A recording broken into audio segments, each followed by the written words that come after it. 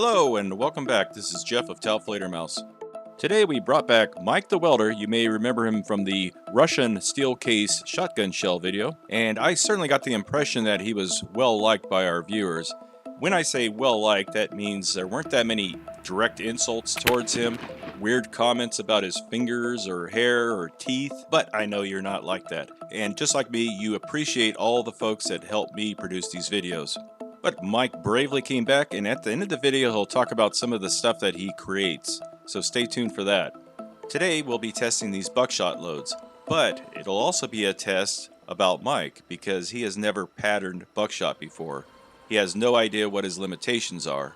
Now I almost never accept another person's hand loads, but because these came from Wade Rush, who is so well respected in the reloading community, and his buckshot loads are legendary, they've been tested, documented, and proven to be safe and effective. And I have to have complete confidence before I hand these off to Mike to shoot. Now Wade also has a channel called Bubba Rountree Outdoors. Be sure to check him out.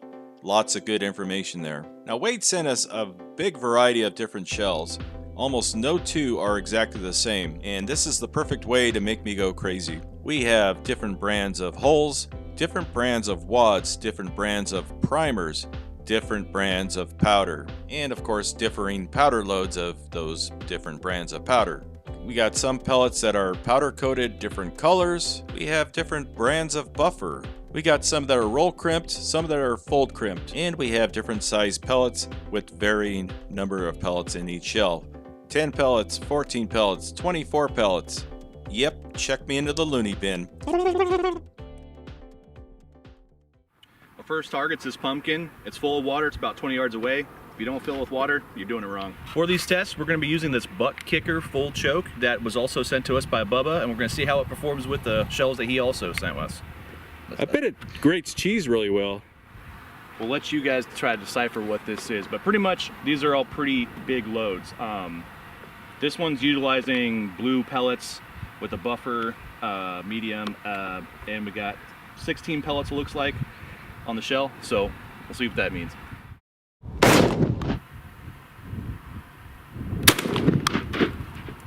Yep, had some kick. That is one monstrous load of buckshot. 16 pellets. Most buckshot loads are 9 pellets. And overall, Mike did pretty well, considering I didn't give him any practice shots. But it's not his fault. That's a brand new 18.5-inch barrel I just bought. Cost way more than I should have paid, but it has these nice iron sights on it, kind of like rifle sights that you can adjust.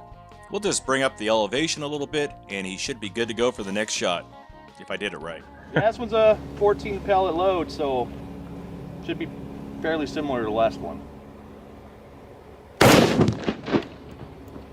Oh yeah, that was a hard hitter. A little adjustment to the elevation and Mike is shooting like a pro. Got a nice tight pattern, but we do have that 14th pellet flyer. 20 to 30 yard engagements with wild boar are very common in shotgun hunting.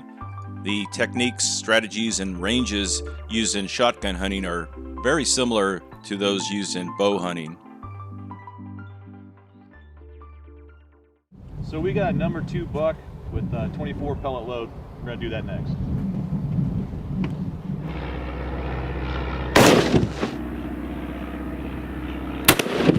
Very nice. Lots of energy there. Lots of energy. Well, this time we got 24 pellets, and it looks like we have about a 12-inch pattern there. That's pretty good.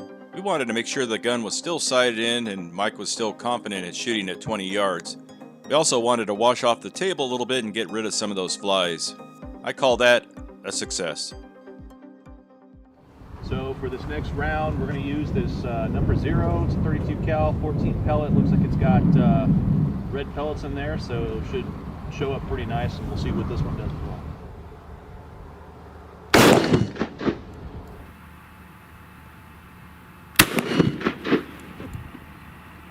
I think that's a big wild boar. We have the gun sight in for 20 yards. This is at 30 yards, and Mike is using the same point of aim. In other words, at 30 yards, we're not seeing enough drop of the pellets where Mike would have to compensate and aim a little bit above the target. At 30 yards, we are seeing a bigger spread. I'd estimate it to be about a 20-inch spread at this point. And of course, for a wild boar sized target, that thing would have been peppered very effectively at that range.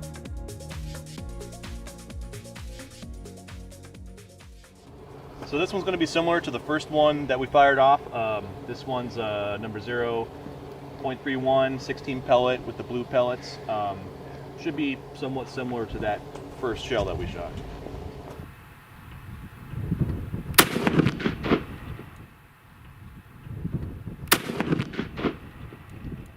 At 50 yards, Mike's still using the same point of aim. In other words, shooting it at point blank without any compensation for drop. As you can see, he probably should have used a few inches of holdover, aiming slightly above the target. Now it's hard to tell, but it looks like at 50 yards the spread is about 30 inches. This is at pretty much 50 yards, and so out of was it 16 on that one? 16? I think we got 3. Yep. Okay, so we got 2 similar shells here. We're going to try to hit this pig target at about 70 yards, and we're going to try using the 18.5-inch barrel first, and then we're going to go to the longer barrel and see if there's any improvement with that. That is a long ways for buckshot. It's too far to film with a high-speed camera, in fact. Okay, take a shot and see where it lands.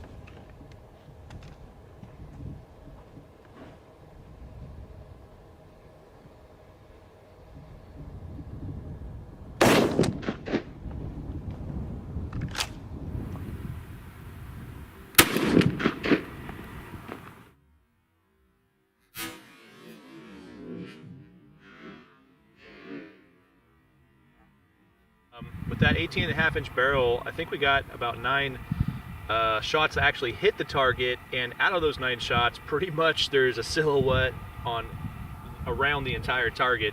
There was like 2 hits here on the spine, which probably would have taken it out. Okay, so we're gonna try to somewhat recreate that last shot, but this time with the longer 28-inch barrel and see if it changes anything at all.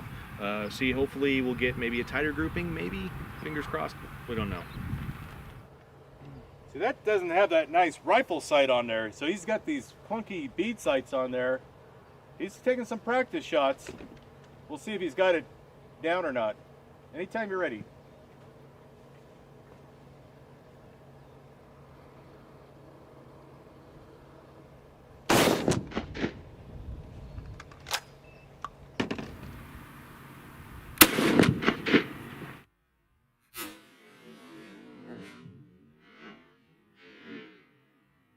Yeah, so this one was a lot more interesting. We definitely saw some improvement here on this. We had 1, 2, 3, 4, 5 for a direct hit. So that's pretty much like potential liver shot. Yeah, liver shot, lung shot, spine, whatever you want to say that is. And then over here we've got really interesting because then you pretty much had a silhouette once again around the face. You got a real. That's a lucky face. That's a close shave. Yeah. So yeah, I mean. That was a lot more effective that time.